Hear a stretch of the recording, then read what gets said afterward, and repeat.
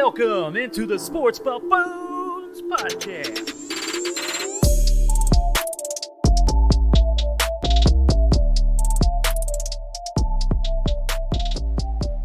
Welcome on in, boys and girls, ladies and gentlemen, back to the Sports Buffoons studios out here in Lenexa, Kansas. How you fellas doing, Tanner D and Jason JG? Good. I'm good. I'm solid. I'm drunk. How you guys doing? You're not, dude. You're not drunk. We just started the show. You're not drunk yet. We just started. All right, well, let's get it popping then. I got a little drunk yesterday. I went to a show, but I'll talk about that here later on. We'll discuss our favorite concert throughout this show at some point. So I'm sure you guys have a good story about a concert. But guys, can you believe some of the things that have come out here recently? I mean, first of all, Jason, you should be real happy. NBA kicked off, or I should say tipped off. My bad. My football is kicking back in. Tipped to off. My terminology. It's now tipped off for the NBA. And then also the Deshaun Watson news potentially going over to the Miami Dolphins is very interesting. But first and foremost, you guys, we're going to cover fantasy, Chiefs tonight, and a lot of other conversations throughout the evening here. And what are you guys sipping on? I got some Forester, guys. The classic drink. Did you say DeForester? I did say DeForester. DeForester? Don't. Is that like DeForest Buckner? It's another. It's DeForest Buckner's favorite whiskey. It's actually another work-related term. I keep DeForest with it. But okay. Forester whiskey, you can't go wrong with it. $20. Oh, that's solid stuff. I agree. What do you got? I also have Old Forester or DeForest Buckner. The DeForest Buckner. That's what we're going to rename it. Yeah. DeForest Buckner. I got the same thing as last week, guys. If you followed last week here, if you're following along and subscribed like the good little citizens we expect you to be, we got the Boulevard Stuff of Legend. So I have that one more time because this is a beer, like, it's 13%. Like, you pretty much just have one per day or per session, whatever you want to call it, because that stuff's pretty potent. But it is good. I think it's good. A little strong, but yeah, it's a solid. Jason bought another 4-pack, didn't he? Oh, yeah. I got another 4-pack, and I don't call it the Stuff of Legend. It's better to just call it the Double Stuff. Not to be confused. Not to be confused with the DP. Does that make it like an orgasm in your mouth? Is that what you mean? Oh, yeah. Dude. All day long. You're going to get off right away. Get off right away to that stuff. It's a little bit of chocolate orgasm. Yeah, I got that, and then I got, of course, I got a little bit of Jameson sipping on, so nothing too extreme, but trying to keep it mellow, guys. It's still early in the week. I mean, we got a game coming up Thursday night, Broncos-Browns game, and then, of course, the rest of the weekend, of course, with the Chiefs-Titans. So, first and foremost, though, I mean, honestly, Jason, just give me your input real quick. You are our NBA expert. What do you think about, what went on here recently with the Lakers taking a beatdown last night? Yeah, with the Lakers, I mean, the whole world is watching. They want to see if Russell Westbrook is going to fit in or if he's going to play like shit. Well, in the first game, turns out he played like shit. He went 4 of 13 from the field. He played 35 minutes, 8 points, 5 rebounds, 4 assists, only 4 turnovers, which is that's not that bad for Westbrook. That's not that bad for Westbrook. I call him West Brick, if you haven't noticed before on this show. But, guys, it's a long season, so I think he's going to be just fine. I mean, what happens generally throughout the course of Westbrook's career is he usually plays like shit in the first half of the season, and then all of a sudden just turns it on, starts playing like an MVP. I expect the same thing is going to happen this year with the Lakers, and I think they're going to have really good chemistry, actually. It might take a couple of months, but that trio is going to work out just fine. Correct. I agree with you. That was the biggest thing was it's going to take a minute for Westbrook to get adjusted. You saw him when he was with Paul George in Oklahoma. It took him a little minute to get connected with him. And then after that, mid-season on, they were a really good duo. So just give it time. He'll figure out his role, exactly where he fits in. But I'm not too worried about Westbrook. I mean, guys, it was just one game. So we got 80 games left. So. And you played the Golden State Warriors, who are pretty much healthy. So you couldn't face a better team to start the season. I gotcha. Well, guys, back to our NFL news of the day. This is actually pretty big news. But it looks like Deshaun Watson could be involved in a 3-way trade with also we got the Houston Texans, we got the Miami Dolphins, and the Washington football team is also interested in getting a piece of this deal. It would be sending Tua Tagovailoa over to the Washington football team. Tagovailoa. It's a strange name. It's like Giannis. If you say it 100, don't say it, Giannis. Don't do that. I figured this out, guys. If you say it 100 times over and over again, you'll get it right. Eventually get it. Tonga Vailoa. But so here's the thing for me is like thinking about this trade and the outcome of what's going to end up happening with this said trade is that obviously the Dolphins will get a player who currently ranks second all time in quarterback rating, which is Deshaun Watson, and probably be giving up probably 2 first-round picks to send to Houston. But, I mean, that would be at that point, because Watson's still only 26 years old. That would be their quarterback of the future. I mean, this would be a wild thing to see happen. And to see them move on from Tua so quickly, that's interesting to me, because I still believe in Tua to be a good player. So, assuming Deshaun would play right off the bat, does that put Miami back into the contender talk? I'm going to go with no, because I think it does take time as well to gel with your teammates.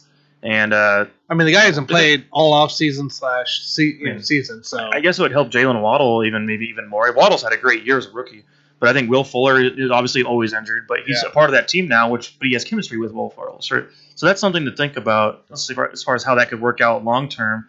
But no, overall, I think the Dolphins are just not a good quality team right now. I mean, especially the Bills have that division wrapped up. Patriots actually are playing better than we expected, I think, this year.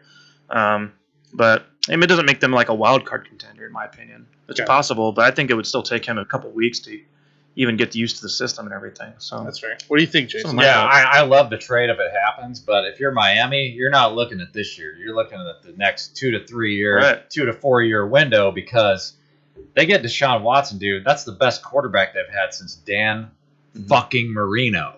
So that's a big deal if you're a Miami Dolphins fan. So I love the trade. But it would also say a lot about what they think of Tua. Yes. I mean, to draft him so early on, so quickly, but then within 2 years, you're going to move on from him? Move on. After an injury, too, happening, and then you lose against Jacksonville, and you're like, oh, I'm done. But if Washington's a team in this trade, they're getting their potential quarterback in the future, because they would be, at that point, believers, because we all know Taylor Heineken, as Jason likes to call him, would end up being the guy that would be looking on the outside here, and Tua would end up stepping in as a starter. Yeah, correct. Well, I'm hoping we find out more about that before the trade deadline, and as well as just to see Deshaun Watson on the field again, and maybe some things end up happening and maybe get cleared up down in the long run with what went on with Watson's off the field issues. So yeah, there'll be a lot still to come around that. So absolutely, still more to come and more to figure out without a doubt on that whole stuff. So you guys, fantasy league this year, we're looking good. This is our Bitcoin league that we're all involved in here. All right.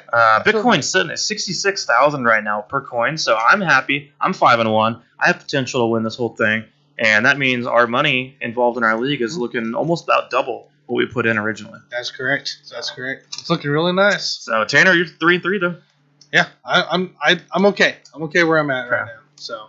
Gotcha. Well, we will play a little game here of some starter bench for you guys. And we're going to have to list off a few players, and basically this is going to have to do with basically the rest of your season. So this is going to be a guy where in most situations you're going to want to start him, or if we're a non-believer, then that means we're going to say, no, bench their ass, or trade, in my opinion, like I suggest in some of these guys that I'm about to name off here. So first and foremost, you guys, I'm going to name off a player. You guys tell me what you think about start or bench for the rest of the season going on. This is the WR20 in fantasy right now, Cortland Sutton for the Broncos. Is he a starter or a bench? Cortland Sutton is going to be a start for me for the rest of the season. You look at his schedule, he's got the Chargers twice, so that's a bad matchup. But outside of that, he's got a pretty favorable schedule. As long as they get Teddy Bridgewater in there. I mean, I got to qualify that statement. If it's fucking Drew Lock, then I couldn't give a shit less about Cortland Sutton. But as long as Teddy's healthy the rest of the season, I'm going to start Cortland Sutton the rest of the year. I agree. Start him. If you look at the snap percentage from his first 3 games when he came back from his injury, right, from last season, he had 80, 77, and 76%. Since week 4, the last 3 games, 95, 90, and 88. The guy has been ridiculously good for the Broncos, whether it is Drew Lock or Teddy. His yards per catch is ridiculous as well. You're like at 15 to 17 yards per catch the last 3 games. So I'm in. I say you start this guy because he's going to get you points, especially on the back end games when they have to throw the ball. Yeah, I agree with that. Coming up, they have a lot of games that are going to be potential shootouts. And the funny thing for me is I had Cortland Sutton on my team. I drafted him. And I actually just traded him away this week. And I traded him for a running back because I'm tired of Miles Sanders' ass not getting any points. It's frustrating. But I'm loaded at receiver. So giving up Sutton to me doesn't mean anything. But I will say this. The guy's sitting in right now, 33 catches, 471, and 2 touchdowns. As Tanner has here on the screen for you guys, if you're following along on YouTube, we are at 3 games over 20 points. He is very real, but you have to see what changes whenever Jerry Jeudy comes back from his injury. You got to see if currently he's got 53 targets on the season. You got to see if that number kind of comes down and regresses a little bit as time goes on. Once Judy's back in the mix more after he's been out now for a few weeks with his injury, so that's just something to watch for. But I'm a believer in Sutton. I told you guys this at the beginning of the year. The guy 2 years ago was a 1,200-yard receiver, so I think he's still that same guy, and he's proving it so far. So, guys, after that, I have another one for you. Tyler Lockett. Jason, what do you think of him? I am actually going to sit Tyler Lockett because he's not going to have Russell Wilson back until Week 10, and that's going to be at Green Bay, which is also a pretty good defense. But he does have a favorable schedule after that Week 10 game. So I am going to start Tyler Lockett starting in Week 11. Gotcha. Tyler Lockett's kind of a hard one, right? So no Russell Wilson. He's very inconsistent fantasy player. He really is, week to week. You don't know if you're going to get the good Tyler or the I'm not going to get thrown the ball to Tyler. So very, very difficult here. And of course, it all depends on what your team looks like. But for me, guys, I say Tyler Lockett is going to be a bench guy for me right now. Geno is taking over. We haven't seen enough of Geno throwing. Obviously, what Mike talked about, if you view our TikToks, he's very frustrated that Geno wasn't able to throw the ball over Pittsburgh. So I think it's just going to continue on until Russell Wilson comes back. And then again, you're looking at inconsistency a week to week in, week out, depending on the team. So I'm going to go ahead and bench Tyler Lockett. Yeah, the other thing I would add to that is that Tyler Lockett had a really good Week 1 and Week 2, and then he hadn't done shit after that. So yeah, he had 5 targets for San Francisco, 10 against the Rams, and then 7 against Pitt. But he only had 2 catches against Pitt and 4 catches against San Francisco. So it was 50% against L.A. So it's just not – it's too inconsistent. Too many up and downs. Yeah, for me, I just look at this as more long-term than I guess maybe you guys do at times. Like, I'm thinking along the lines of, like, what's going to happen week 13, 14, 15, and so on. And I think right now his short-term value is going to be affected. And as of right now, if you own Tyler Lockett, definitely think about actually benching him if you have better options on your team. Because for the next 4 weeks, ride it out and see what happens. Because I wouldn't trust starting him in any game. Because if you guys watched that game, Seattle and Pittsburgh, it was frustrating because they would not let Geno throw the ball. They wanted to run the ball, and then it would come to third down where now Geno's in a tough spot to make a play, and it wouldn't happen. And it was frustrating to watch it unfold because you could just tell they didn't believe in Geno, and that was frustrating as it is. But to me, like, at the end of the day, Tyler Lockett is real. Like, he's for real. We already seen him play long enough in this league. It's not some new second-year guy. He's been around long enough to where we know what he's capable of. But I think if you're also your team wanting to find a guy to add to your roster – when you're thinking about, like I am, later on in the year, weeks 15, 16, 17, and you want to add Tyler Lockett, go for a trade. Get him while he's on the low right now, because then later on in the season, his value could go way back up again. So definitely an interesting guy right there to think about. Next on our list, you guys, I have an interesting one here. We probably all might agree here, but Adam Thielen for the Vikings. That is our next option. Yeah, I think we'll probably agree on this one. So for me, Adam Thielen, rest of the season, you're going to start him most weeks. The only weeks that I'd be a little iffy on him would be Week 9 at Baltimore, Week 10 at the Chargers. After that, he's got a favorable schedule. I mean, it's a great receiver core overall, but, I mean, you can't go wrong starting Adam Thielen every week. Yeah, fully agree. As a Adam Thielen owner, there's no way I'm benching this guy. Yes, you have a couple guys getting a little bit more targets week to week, right? The Detroit gang, we saw Madison really blow up since Cook was out, so he only got 3 targets. But you're not going to see that every week in and out. The guy plays 93% or more of the snap percentage. Obviously, guys, Thielen is Thielen, and he's going to continue to produce. Kirk Cousins is going to find the guy.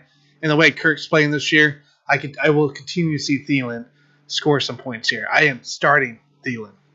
Yeah, and I think Thielen, he's also a PPR machine too. The guy gets a lot of targets. So him and Kirk Cousins have had chemistry since day one, since they both got together. But the thing I'm looking at right now is there's some awesome matchups coming up for Thielen. Right now you're looking at Dallas, Baltimore, and then the Chargers. All of those games are going to be going against really high-potent offenses, which means for the Vikings' sake, they're going to be throwing that ball, 40 to 50 times a game. Heck, you can say 4 games because Green Bay's on the list right after that. And then Green Bay will be the 4 weeks after. Yeah. So, I mean, that's a wild amount of teams right there. And to be fair, not all those teams are great in pass defense either. So, yeah, I had to see Adam Thielen continuing on his current tear at the moment. I was going to say to you guys, sell the name, just because of everyone knows who he is. Everyone knows he's consistent. He's a WR11. But, honestly, the more I looked into this, I was like, you know what? Nope. The guy needs to stay on your team. Start him every week. Yeah. Just roll with it and be happy he's your WR1, WR2. That's right. All right, guys. After that, we have now Mark Andrews for the Ravens. Yeah, so for Mark Andrews, he kind of had a little dick schedule, as we like to say on this show. He had a little dick schedule to start the season. But looking forward, he's got Miami, Green Bay, the Rams. He's got to play Cleveland twice. He's got a few really, really good defenses in there. And so if you've got a better option at tight end, I'm going to sit him throughout a lot of those games. I don't know if I'd sit the guy. The guy's the number 2 tight end in the league for a reason. Lamar Jackson loves him in the red zone, especially as of late here. This guy scored 3 touchdowns in the last 2 games. I will continue to see Mark Andrews be a red zone hot target for him, and he's a big body that's there. So I am going to go ahead and start. I even almost put him in the flex position if it came to it. If I have Travis Kelce for some reason on that tight end squad. You said in what position? Flex. Okay. Flex. I thought you said what I wanted to do to my girlfriend sometimes. Jesus. So no, the guy's ridiculous. Got to get a better microphone over there. I'm taking Mark Andrews. I'm not sitting the number 2 tight end in the league. You're telling me you really like Mark Andrews, right, Tanner? No, I don't like him that Put him in the much. flex position? He's an Oklahoma guy. I don't like him In the flex position? We're just call it the F position. How about Yeah, that? F position. Okay. Tanner wants to bend him over. Take him, show him the 50 states. Take him to D-Town. What do you got, Mike? Oh, Mark Andrews. I like him too. I like him. You like the big body? He's solid. You know what I'm saying? So, you know what you're going to get every week. He's only 26. I just said, still pretty young, but normally I like him a little younger. But, he's still tight end 2 of the league, so not the best tight end I've ever seen, but he's close.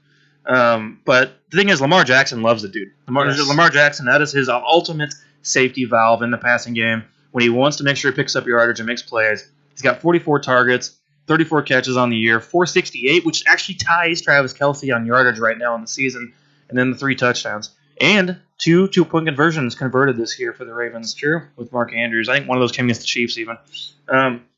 Yeah, to me, like Mark Andrews, definitely you gotta start him all year. I mean, why would you not? I don't know why you wouldn't. So he's the guy. I'm gonna bench his ass, because he had 41 fantasy points in week 5, and other than that, he was just kind of mediocre. So you're basically saying he blew up most of his points in 1 week. He blew up in 1 game, and I think he's going to come back down to earth because he's got a little bit more difficult schedule coming up. He really didn't do that much. I mean, he had 5 fantasy points in week 1 at Las Vegas. So, I mean, I just don't... Week 1's like a void, though. Let's be real. Week 1's kind of like... Packers lost in week 1. Aaron Rodgers had -3, for God's sakes. Weeks 2 through 4, he had 11, 15, 11. I mean, I can put Jared Cook on my team to do that bullshit. I mean, I think he's going to come back down to earth. That's just my opinion, which just so happens to be a fact. He's been consistent throughout his career now with Lamar, so I got to give him credit there, without a doubt. So he is what he is. You guys know he's good. So all right, guys, want to play a little real or fake then? What we've seen so far this season? I think we're missing a guy. What are we missing, Tanner? Harris. Oh, Damien Harris? Damien Harris. Okay, running back for the Patriots. What do we think of him? That's a tough one there. I'm going to go ahead and say start just because he still gets to play the Jets one more time. And he's got a pretty favorable schedule outside of playing the Bills in those 2 games. He's got to play the Bills twice in week 13 and 16. Outside of that, it's a pretty easy schedule. So I'm going to go ahead and start him the rest of the year. As a Damien Harris owner, this guy is one of the most frustrating guys to figure out exactly what his role is within this offense as a running back. So his snap percentage is very low, right? He doesn't. It's literally the last 2 games were 33 and 49. But the guy gets the red zone rushing attempts every time. So he's going to be a touchdown machine later on in the season. But you got Bolden, you got Stevenson that also still carries. And you know what Belichick likes to run. He likes to run that committee with between 3 or 4 running backs. So it's really hard to gauge. Like, I benched him when I was facing you last week, right?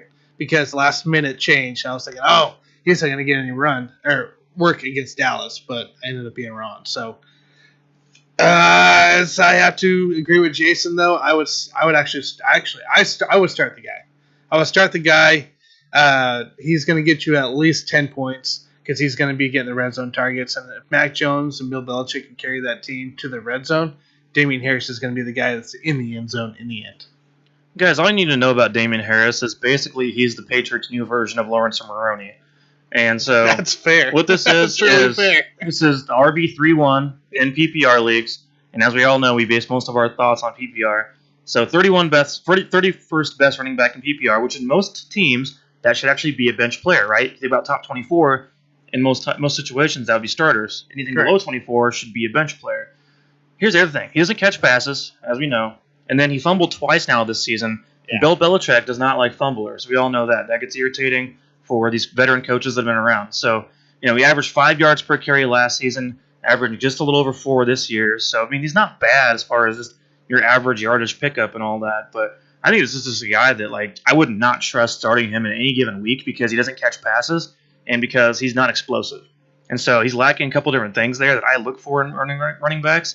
And I'm looking back at Lawrence Maroney. Guy averaged 4.1 yards per carry. Most ever receptions he ever caught in 1 year was 22 his rookie year, actually. After that, the best was ever 14. It was all he ever hit. And if you look at the numbers, he will give you some touchdowns here and there, but it's just a very average kind of production you're going to get out of the guy. It's a very tough It's nothing special. But he's essentially their goal line back where they actually don't get to the goal line often enough to actually punch it in. So, yeah, for me, Damien Harris is a sit-em. Average guy on an average team. Yeah, at that point, that's all I can think about him. Yeah, I agree with that. All right, Tanner, you ready for your favorite guy? Are we switching topics? Well, are we going to go real or fake now? Real or fake, guys. All right, real or fake. Well, so your favorite. So real or fake, guys, here. We're going to kind of go through 3 players. Just 3 players here. And we're going to determine, are they a real fantasy player or are they a fake fantasy player? That's what we got to determine. So, Mike, who we got first? First, I want to respond to Mike on here real quick. So, Mike, I don't know if we have a call-in line at the moment. Maybe Tanner can hook us up with that. But at least leave us a comment here, and we are always willing to give you guys advice on that. We've done that the last few shows as well. So if you have any situations that are popping up, let us know. We will be happy to fill in with our input. So right now, though, you said Myles Gaskin. Is that what we're doing? Myles Gaskin first? Myles Gaskin first, Tanner. I got one word for you. Fake. Fake news. Always was fake news. The guy is not worthy of even being talked about. He's literally a third down running back. That's all he is ever going to be. That's all he ever was. Fantasy somehow hyped this guy up so much in the preseason. It drove me nuts. This guy is not going to be worth being a starter on your team ever. Wasn't it on one of the YouTube shows we watch? A caller called in and said he was going to be the #1 fantasy player this year. Yeah, I heard that somewhere. Remember that? I heard that around somewhere. I don't really know where that came from, but I did hear about that. He blew up against Tampa Bay, right? He blew up as a receiver. Because he got my hopes up, which is why I picked him up as a free agent because he scored a 30-burger against Tampa Bay. And then he shit the bed. He shit the bed. And then Tua came back, and he didn't want to do nothing. So, yeah, no, he's fake. Mike and I think we said this at the beginning of our fantasy talk show, 2 months ago now. The guy isn't that good. He isn't that good. There's too much going on. He's mainly used as a reception guy anyway. So it's like as a pure running back, he'll never be that. He's always going to be a third down back. No, it's fake. It's fake. He's not going to do what he did against Tampa Bay every week. Yeah, I'm going to go with fake on this one, not just because he got my hopes up, but also because he stopped being Myles Gaskin and he became Myles Askin at some point. So good. If he ever starts playing like Myles Gaskin again, then I might start him a little bit, but it's probably going to be more ass than it is anything else for the rest of the year. I will say this, if Deshaun Watson goes there, we might be having a different conversation. That's true. Let's keep that in mind, you guys. So we're talking shit right now, but if we have Deshaun Watson go to Miami, that's a different ball game. We might be talking a little different. Just saying that real quick. All right, guys, we do have a question here from Mike real quick before we move to our last two guys. He's got Christian McCaffrey for Calvin Ridley and D Swift. He says I need a wide receiver to make the playoffs and finish. He said finish what you're doing. All right, so basically he's thinking long term here, kind of like what I do whenever I got a winning record. Say if I'm sitting at 4-2 or 5-1 right now, I'm thinking long term at this point. I'm thinking, okay, I'm kind of getting close to being locked in for the playoffs. Think about the long term run here. So Jason, what are your thoughts? What do you think about trading Christian McCaffrey for Calvin Ridley and DeAndre Swift? And he says he needs a wide receiver to make the playoffs for this run. I'm all in on that trade. I would totally do it because Christian McCaffrey, I mean, he could get injured again tomorrow. Who the fuck knows? And you're going to get a running back in return anyway, in DeAndre Swift. So Calvin Ridley, he's already had the injury, and he's just getting back up to speed. So I think you're getting two players for one. I mean, yeah, I know McCaffrey is a great fucking player, but I'm going to go ahead and do the deal because you're going to get the wide receiver that you need. I agree. Think about how Swift has played this year. At this point, he's currently the RB6 in fantasy at PPR. And if you're working in a PPR league, you probably got this attachment to Christian McCaffrey because you probably spent either the first or second overall pick on him. But to get Calvin Ridley, who is the clear-cut number one receiver in Atlanta, and is going to be at least at the minimum, mildly productive as a WR2 on most team situations. Mm-hmm. But then also to add DeAndre Swift, I think that's a great combination right there to add depth to your team. And you're giving up a guy who was injured pretty much all last year and has been injured most of this year. It's going to be too inconsistent. I mean, C-Mac might be able to come back, but what is it going to be? 3 weeks from now he gets injured again, right? At least DeAndre Swift here, his receptions at the targets, he's able to catch the ball because he usually screens out. So it's over 75% completion here. So do the trade. Ridley's going to be solid for you late down the road with Matty Ice. And then Swift will continue to be that way. Yes, he's kind of beat up here and there. His groin injury seems to pop in every now and then. The guy still hasn't missed a game, right? So I would say do the trade. It sounds like a fair deal to me to boost up that lineup. Yep, absolutely. All over that trade. Get yourself a good RB as well as a solid receiver in return as well there. And then, at this point, I picked up Chuba Hubbard because I felt like McCaffrey's injury might last throughout the whole year.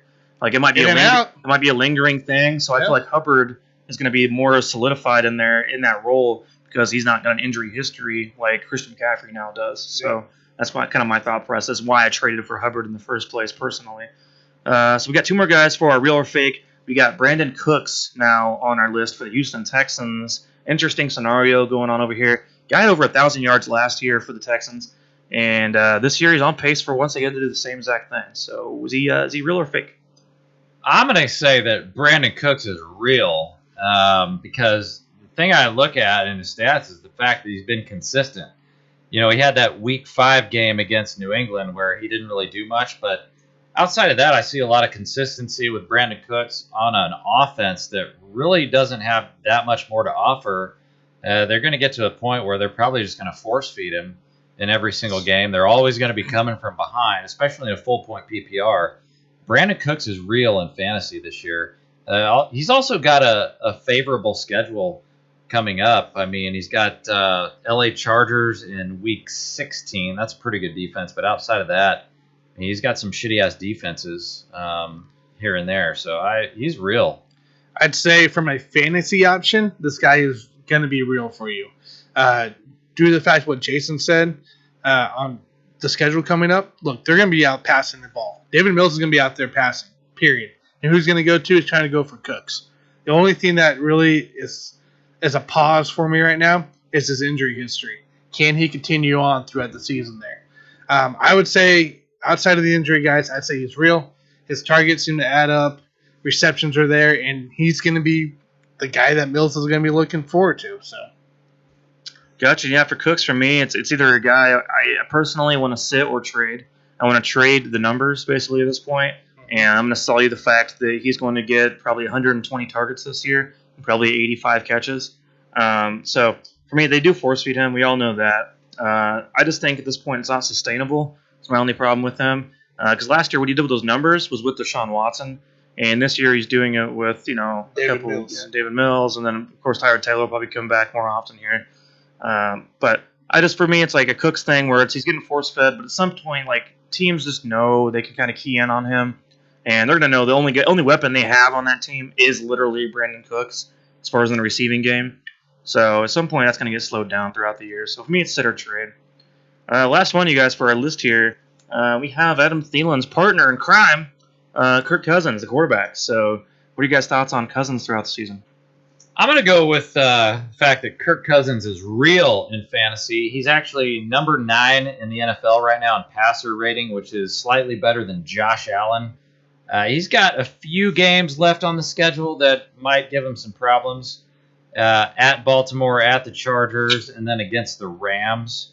But outside of those 3 games, I mean, I think he's just going to keep doing what he's doing. So for me, he's real in fantasy this year. So he's not a guy that you're going to start every single week, but you are going to start him most weeks this year. Yeah, I agree here. Kirk Cousins is real, guys. Like, we have 3 games that they come down to the wire, basically a field goal kick or overtime, especially last week, right? The guy's going to be passing the ball. That's what it is. And the best part is he has depth to be able to do that, right?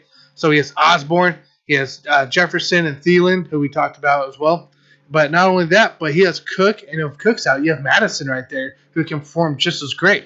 So the fact that the Vikings have a little bit of depth on options to go to is huge for Cousins, and he has a little bit more protection this year, it seems like. So I'm saying he is real, and he will be putting up that 20-plus point numbers more consistently than not. Yeah, absolutely. Because you guys look at this is the same guy we've always seen. To be fair, make that well known. Correct. Kirk Cousins is not any different than any time ever before in the last 5 years. This year so far seems like his end of the road with the Washington Redskins team. Right? I got you. So remember that? To kind of put that behind him fully. Yeah. So like he started out rough with the Vikings, but I think his last couple years with Washington that really got his name out there. This is the season that kind of shaping up like that, of a high character, high performing kind of guy. He is what he is. He's a sortable guy every week here coming up soon. As we talked about with Thielen, same exact thing. We have Dallas coming up after the bye week, and we have Baltimore, Chargers, Green Bay, and then they play San Francisco and then Detroit. I love all 6 of those matchups. I've started them every week. The only week I would probably not want to start them is maybe against Pittsburgh or Chicago, maybe the Rams after that. So like down the stretch of your season, you might want to think a little differently, but like at least for the next month. Well, I mean, look what he did against Arizona. They took him all the way down and missed a game-winning field goal. Mm-hmm. Why can't he do it against the Rams, who Arizona beat up on? And something about numbers, you guys. I mean, every week now, over 30 passing attempts per game for Kirk Cousins, and he's had also 2 of those end up in the 40s. So he's throwing the ball around. Dalvin Cook's been off and on with his injury. So, but yeah, Madison right there. So without a doubt, Kirk Cousins is for real. All right, you guys. So, anyways, we're going to talk about Chiefs here in just a moment with you all. But I do want to talk about what I did a little bit last night. By the way, keep sending in your questions for fantasy. We'll answer those throughout the show, even if we're on a different topic. Absolutely. Mike, thank you for your question. Anytime, come along, join us, and we are happy to answer any of those. I'm glad we all agreed on what he should do there. Correct. So that's kind of good. So, you guys, last week I meant to bring this up, but because I had a concert I was at last night. I got to go see. I haven't been to a concert in over a year and a half, so got to see my boys for Fit for a King and August Burns Red and Era and like. You've been waiting for a while. I've been waiting a long time for all that. So it was a great time. Now the venue I went to, the same exact venue, is a place where I broke my tailbone 4 years ago. So the same exact venue. It brought back some bad memories of a mosh pit I was in, and it was a very tight mosh pit. It was of Mice and Men, the band, the metal band. You seem all right. You're a little sore, but oh my god, I couldn't get out of bed forever. No, I could not literally sit up out in a straight seat for at least 3 to 4 months. Every time I would sit in a chair, I had to sit sideways. It was messed up. It was awful. But it was a rough time. I had to stop doing deadlifts. I had to stop I couldn't work out for 3 months at all. No working out. It was awful. And at the time when that happened, I was in really good shape. I was working out pretty much every day. But anyways, yesterday was pretty great to get back in the groove again, at least. But I've had some great moments at concerts just in general. I've been to probably, I don't know, roughly 30 to 40, somewhere, maybe probably more than that. But I have a feeling you guys might have a story about a concert, or at least your favorite concert of all time you guys have been to, because last night for me was probably top 5. But what do you guys think? What is your thoughts on your best concert ever? Yeah, I've never been to any concerts, so Tanner. Oh, my God. Lord. Why are you lying right now? No, so for me, guys, I've got a date here in history. July 30th, 2011, at the Los Angeles Coliseum was the best live music I've ever heard in my life. And it was the last concert ever performed by Rage Against the Machine. And that's not my favorite genre. You guys all know I'm into rap music. And this is actually like rap metal or alt metal, whatever you guys want to call it. But that's the best concert I've ever seen. It was amazing. It was out of control. That place actually seated back then 93,000 people in that stadium. Wow. But honestly, with all the people that were on the field, it was probably 100,000 people, and it was like a whole city out to watch Rage Against the Machine. And so, kind of fell in love with them at the time. And they were scheduled to reunite in 2020. I don't know if you guys knew this, but it was postponed because of the pandemic. So they're still trying to reunite and do another concert, but it's kind of been pushed back until maybe 2022. But yeah, I consider and say I saw the last concert of Rage Against the Machine back in 2011. It was amazing. Damn, 93,000 people. That's nuts. That's a lot of people. The most I've ever been, like, I went to a rock fest one time. I think a rock fest would be like 70,000. So 93 would have been way more than a lot of people. Yeah. I went to a rock fest at 70. Well, for me, guys, I'm a techie, a.k.a. the setup and everything, right? So I do all the tech work. When I was young, one of my first concerts I got to go to was to Rascal Flatts down at the newly built Sprint Center at the time. And I haven't really gone to much concerts. We were a baseball family, so that's what we did on the weekends. So going to a concert here, I got to not get on stage, but I was watching the stage, and on stage they started doing the graphics where it'll like turn into fire and all that jazz beneath them and behind them. And I've never seen anything like that at the time. So that was the coolest thing for me to experience, was just seeing the different kind of things, backgrounds they had on the stages. And it was just purely amazing to me as a guy that was excited about any kind of technology, especially that kind of stuff. So the concert was great, by the way. Rascal Flatts always killed it. Saw them about 3 or 4 more times. Killed it. So, but yeah, that would say my most memorable concert would be that. Yeah, Tanner, you wanted to be the DJ superstar. I still do, dude. Still want to be the DJ. I still got inspiration for it. I want to see your ass become a DJ. Move out to Vegas and just kill it out there. I just don't have that money yet. That'd be hilarious to see that whole thing go down. Because you don't play enough Baccarat. That's why you don't that's have any what money. it is. Roulette and Baccarat. Hey, rack up those credit card bills on put it into crypto. Hey, yeah. These days, buy into crypto and just make all your money, Tanner. I heard of that before. Well, I mean, did you do what I did? Yeah, I did. I'm not rich yet, but we're working on it. It's one day at a time. That's It's a work in progress. Yeah. So. Crypto's doing well, Bitcoin doing well, so we're happy right now at the moment. So, of course, it's all going to crash down to zero. Shut up, dweebs. All right, guys. So we saw this previous weekend, at least, a interesting game. It was very frustrating at times for the Chiefs and the Washington football team. Now there was a time there before halftime that I was getting nervous. I was like, "Are you freaking kidding me? We're about to go shit our pants against the Washington football team. It doesn't even have a name, the no-name team." And the Chiefs got this whole thing in the second half. All of a sudden, the whole intensity picked up. The defense played better. They played like the defense they knew from 2 years ago almost. And the offense, right away after Mahomes made that probably the worst play of his career, in my opinion. That was bad. Because even if that pass was completed, it still would have been a penalty. That was an awful play, guys. When Mahomes threw that pick there at the end of the in the second quarter. But Chiefs came back, ended up getting a victory, 31-13, obviously.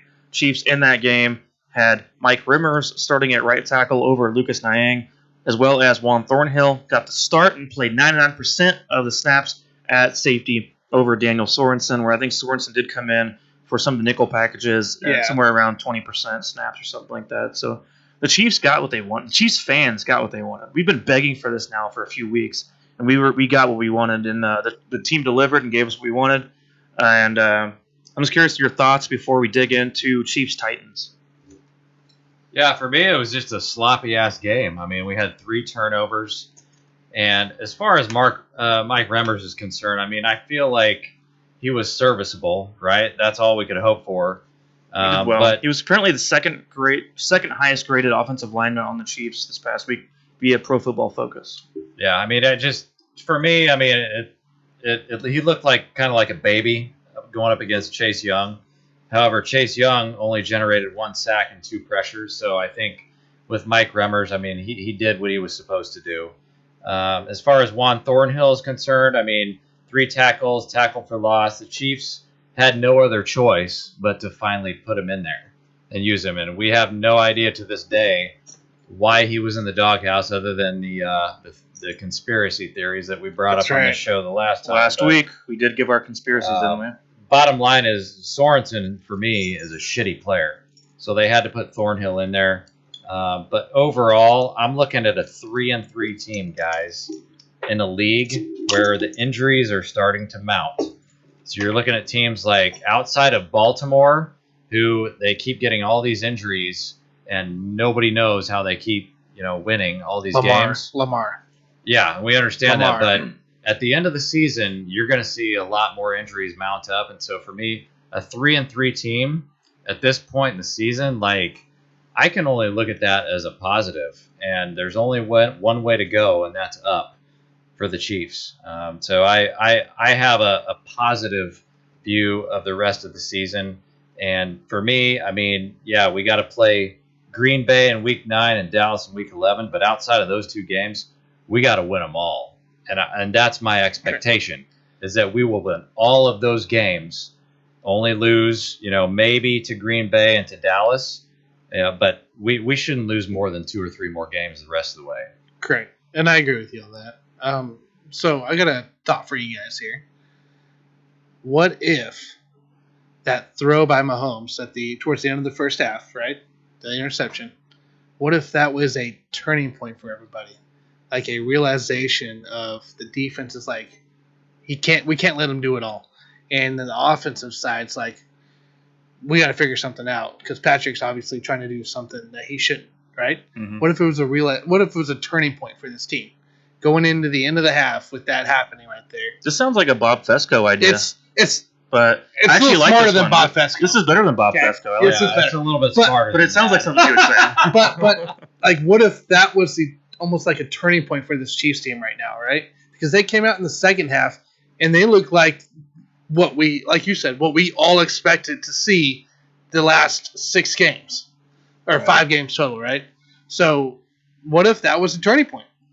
Well, it could be. Let's keep in mind as well, Washington is the worst team that the Chiefs have faced probably to this point.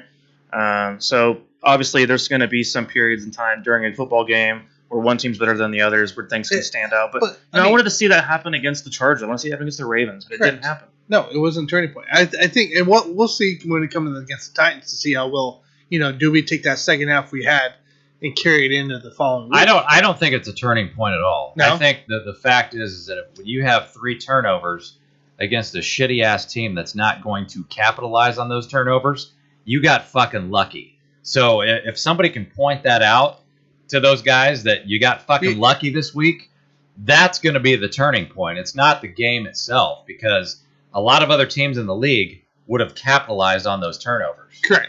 And most would, yes. That's part of why the Chiefs have lost so many games at this point is those turnovers. And they did 3 again. I want to know how many teams have had 3 turnovers in one game and still won by 18 points. That doesn't happen too often. Not a lot. If you turn the ball over 3 times, you're probably going to lose in the NFL. That's how it's been historically. But the Chiefs are a team where it's like it almost doesn't matter.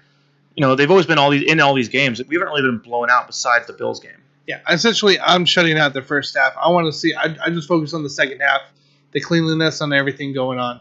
Let's hope we continue on. Maybe Tyreek Hill can maybe catch the ball next week and not get it intercepted because he dropped it. So, I do have one question for you guys, at least, because we saw Darrell Williams get a lot of carries. I saw the run game for the Chiefs become more of a power offense actually this past week, which was actually very interesting and good and refreshing to see because we were actually converting first downs via Yeah. the run game this past week, which was something the Chiefs were making an emphasis of. And Clyde Edwards-Helaire being out still with his injury, Darrell Williams has been a productive piece of this offense the last 3 years now running. And I like the guy. If you guys have followed me or known what I think about Darrell Williams, I've always liked him as a Chief. He's never been a guy that like do the wrong thing outside of one dropped pass in the Super Bowl that hit off his helmet. Meanwhile, everyone else was doing the exact same thing in that game. Yeah. So whatever. Guys, one thing I want to point out, not to be a hater here, but Clyde Edwards-Helaire, our late first-round pick from a year ago, has had 246 carries in his career. His longest run so far of his career is still just 31 yards, and that happened in Week 1 against the Texans. And since then, I think his next longest is like 23 yards or something along those lines. Something real close to there. That was 21. 21. Maybe that's the number. But if you have 246 carries, and that's what you can provide on the ground for the Chiefs, and I'm worried that this guy might not be quick enough to be a part of this offense. In all honesty, he's 5'7", 205 pounds, whatever. I'm not worried about that. I wanted this guy to be Austin Eckler. I wanted Clyde Edwards-Helaire to be a receiving back, and he's not even a receiving back for this team. No. Do you realize Darrell Williams got more targets in the passing game this past week than Clyde has gotten all year, and now all last year just about? Are you kidding me? What is the difference? Why is this such a difference? Because the difference is Darrell Williams is actually a guy that can move the pile. Darrell Williams is a guy that you can rely on to pick up first downs and go straight forward. You are 6 foot, 220 pounds, run your ass straight and pick up the yards. It's like, and maybe it's just because we're so frustrated with Clyde right now that it looks like it, but Darrell looks like he runs harder. And like you said, more of a north-south kind of way than a trying to go east-west like Clyde does. And that just, again, could just be us being frustrated with Clyde the way he's produced the last year. I think Clyde is shy of contact. I think he does not want to Darrell is going to shove contact, it up. Shove it. Where I think Darrell is a guy that actually doesn't mind initiating contact and to try to drive the pile. Well, he had 2 touchdowns, so He's got 4 touchdowns on the year. He's going the right way. Clyde has 0. Can he teach DeMarcus? I think DeMarcus Robinson. No, maybe DeMarcus and Clyde to hang out too much. That's part of the problem. But no, I just like the guys that can go straight forward and be more of a power back like Darrell. It just seemed like he just ran harder. Like, you know what I mean? He's not afraid to go into that. He has better vision, Tanner. He's got better vision than Clyde. And what's messed up about this conversation, you guys, is that yards per carry wise, Darrell Williams is not anything special. No. 3.4 yards per carry, I think, on the season right now. And even for a career, I think it's like right around just under 4 even. Are we just grasping 3.7. 3.7 for a career. Are we just this is the guy we're also excited about playing better than Clyde has provided lately. That's kind of irritating. Because, obviously, no, we might be bitching because he had a 100-yard game against the Eagles, Clyde did. But also, part of that was due to scheme. And he also had a 100-yard game the week before, too. So I understand.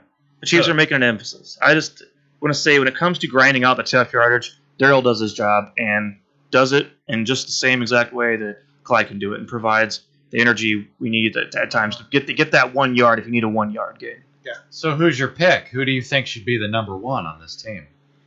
When Clyde Edwards-Helaire is healthy, he should be the number 1. Okay.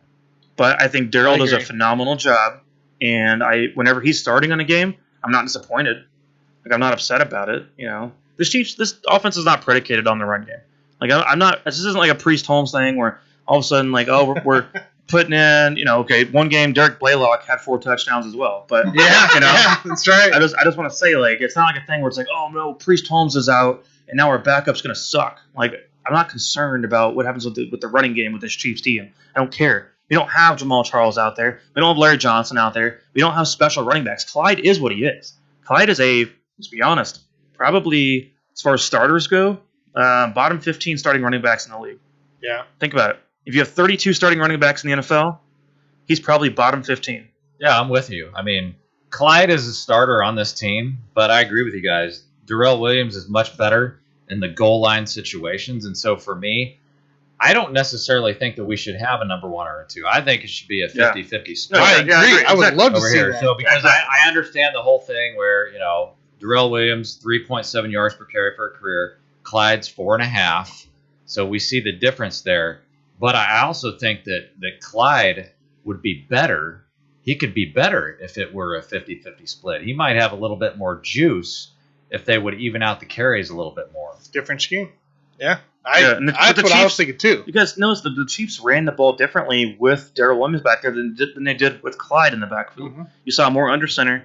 You saw more uphill, basically straightforward kind of run game. Where with Clyde, it's all about this outside zone to the left, outside zone to the right, which Clyde's not fast enough to make that work. It's just not working, guys. That's the frustrating part. If we had Jamal Charles right now, I'd be happy. I mean, that'd be amazing. But no problem. So here we are. Here we are working with what we got, I suppose. But all right, guys. I digress. So after that, guys, another little topic. Juan Thornhill obviously took over for Daniel Sorensen. I think we're all very happy to see the outcome of that. Obviously, the passing game did much better. Rashad Fenton deserves props. He's probably currently the best defender on the team on a consistency basis. Yep. Rashad Fenton's always there making plays and always got great coverage in position. Even if when he gives up a catch every once in a while, he's in position. The guy's there. He is. He's doing his job, which is all I can really, care about at that point. By the way, this past game, Juan Thornhill did have a 78.1 grade from Pro Football Focus. Now that's just a number to you guys, but he had 2 receptions for -1 yard. So 2 receptions his area for -1 yard. I'd say he did his job because Daniel Sorensen before that was doing like 5 catches for 120. So it's a big upgrade. So take that for what it's worth, I suppose. But overall, I think this needs to be the normal throughout this whole year because Dirty Dan, his days are over for me. And he could be a part of the team still, but don't be on my defense in crucial situations. I'd rather not deal with it. Yeah, I agree. Yeah, and honestly, Dirty Dan's days probably should have been over, a long time ago. A lot of people used to talk shit on him last couple of years, but he would always kind of make the big play at the right that one time play that would kind of make you still kind of like him. But I mean, he's washed. That's one of my favorite words to use on this show is washed. Mostly, I'm talking about another NBA player that we won't mention his name, but now it fits with Daniel Sorensen. So I'm hopeful and I'm glad if they move on from him. Yeah, I'm okay with it. I'm okay with Thornhill out there. He's going to get a better test out this weekend. Obviously, a better quarterback, better wide receivers, essentially, and of course, we'll see how he does against that running game. Yeah, how do the Chiefs defend the Tennessee Titans? Because to me, this team is pretty much the same as last year when you look at statistics because the points against right now, they are still ranked 24 out of 32. Last year, exact same ranking, 24 out of 32. So the defense is the exact same. The offense is a little different, but they're also progressing and getting better and healthier because they lost to the Jets without Julio Jones and A.J. Brown. But we all know that's not the team that they are. No. I do personally think that this Titans team can beat the Chiefs because Derrick Henry can run for 200 yards easily. So that's my biggest problem is that I think this is going to be a shootout. I think it's going to be a high-scoring game. Both teams score in the 30s. And I think that the Chiefs do not stop Derrick Henry. I think Derrick Henry has a great day, and the D-line gets pushed around, and Chris Jones might be moving back to defensive tackle. I don't think it's going to matter. I think this is going to be a rough game for the Chiefs defense. Yeah, my biggest problem with this matchup is just the fact that, as I stated on our TikTok, is the fact that Tennessee always seems to have our number whenever we play them. Outside of that playoff win that we had against them. But for me in this game, I mean, you got to sell out against the run. You got to stop Derrick Henry. I don't care if you got to put 8 in the box, 9 in the box, 10 in the box, 100 in the box. You got to stop that bastard from running up their ass. Well, how are you going to stop him and then cover Julio Jones at the same time? Fuck him. I mean, you have to stop Derrick Henry. You got to stop the head of the snake first before you can stop the rest of the snake. All right, look, I think we're about to see a really, really great game. Not really a breakout because he's been really good this year. Nick Bolton. Nick Bolton is our key this week. He's always been in the backfield. We watched him. Right, he spins out. He kind of does similar routes. I'm a big fan of Nick Bolton. He's played well this year. I think he has a potential here to be the guy that stops Derrick Henry at times. Right, he's not going to be it every time, obviously, but I think Nick Bolton's going to get some of those tackles at the line that's going to stop them and maybe in key situations. So I look at Nick Bolton to be my guy to be the one that stops Derrick Henry because Noddy, Reed, Saunders, Jones, those guys ain't stopping him. It's just not going to happen. And then the pass rush isn't going to be there at all for this game. I mean, you're going to see Chandler have all day back there. I promise you that. They'll be so worried about Derrick Henry up the middle of their ass that you're not going to get pressure off the edge. No. I can guarantee you that right now. And, Noddy and Reed are going to knock out the ball. I mean, you're gonna have to have Willie Gay and Nick Bolton make plays. Yep. Because otherwise, the D line's not going to do their job. I'll be very shocked. You know why? They don't have Mike Pennell anymore. Mike Pennell is the reason they stopped them in the playoffs 2 years ago. Yep. And that was the number one guy that was a big part of that run defense on that great streak the Chiefs defense was on. Whenever he was activated to the starting roster, then all of a sudden the whole defense changed against the run game, and they held Derrick Henry to 69 yards rushing in a divisional playoff game. I think it was actually the championship game, as a matter of fact. But yeah, I mean that's the thing. We don't have that kind of run stopper anymore. No. Mike Pennell's gone. It's going to be a linebackers. It's going to be who the linebackers have to control the run. And that's unfortunate because when the linebackers are then blocked off by tight ends, you're down to safeties. You're down to worrying about 5'9" Tyrann Mathieu trying to tackle a 6'2", 230-pound guy that runs a 4.4. So just to be clear, Mike, you are picking the Titans to win this game. Is that correct? I think the Titans win this game. I think they run up the Chiefs' ass. So, yeah, that's my pick for the game, guys. It's going to be crazy. I can tell you that. Well, do you have any final thoughts before we wrap up the show here? Not to be a Debbie Downer, but of course I want the Chiefs to win. But, I'm trying to be realistic for you, audience at home. I mean, I guess Jason said at the start of the show, guys, NBA season started. Ben Simmons, he sucks. Ben Simmons is awful, dude. He's such a bum. Like, you don't go to practice and then don't participate in any of the drills. Just show up and then get sent home by the coach because he doesn't want you there. Like, what's the point? He sucks. I think it all sucks. I'll talk about it in March. I'm not talking about the NBA. It's Mike's favorite sport. I like Kyrie Irving, though. Shout out to him. He's an amazing player. He's a superstar. Yeah, seems like a good guy to me, really. He's a bum. I like him quite a bit. So Nets are better without him. Yeah, we'll see about that. Apparently Giannis is happy about that. Yeah, you know that. Yeah, because he said it in the interview. All right, guys. Well, with that said, I guess give us a follow, like, subscribe. We'd appreciate it very, very much. Thank you for anyone who chimes in on our chat during the show. Mike had a couple good questions there. I had a good question about the fantasy situation he's got going on with his team. We love hearing about that. So anytime you guys can give us more of those, I always love to give feedback right away to your fantasy urgency. So. And, hey, make sure you follow us up on TikTok here. You see these two guys with their pick'ems this week. We'll have that posted Thursday and Friday this week. Absolutely. Pick'ems. We have a lot of disagreeing this week, Jason. Just a little bit. Just a couple of games. All right, I'll be interested to see who comes out. Yeah, check us out. We'll see who wins this week on our battle. So I'll see y'all on the next one. Sports Buffoons, we're out. See you guys.